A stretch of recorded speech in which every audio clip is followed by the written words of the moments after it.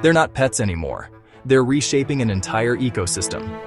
Meet the Florida python, the invasive Burmese python.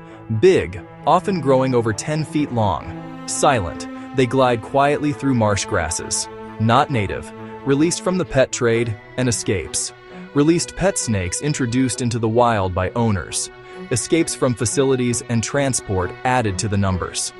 Those releases became a full-blown invasion across the Everglades, wiping out native mammals across the ecosystem, upsetting the Everglades' entire food chain. The problem? They reproduce quickly and in large numbers. They hide well in dense marshes and sawgrass. They eat almost anything. Rabbits and other small mammals are common prey. They even eat baby alligators, leaving ecosystems unbalanced and endangered species on edge. The fix isn't one hero. It takes coordinated action.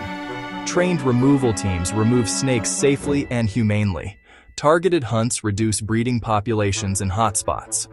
Public reporting hotlines help locate python sightings quickly. Stricter pet laws aim to prevent future releases. Want to know how to spot one? Stick around for the next clip.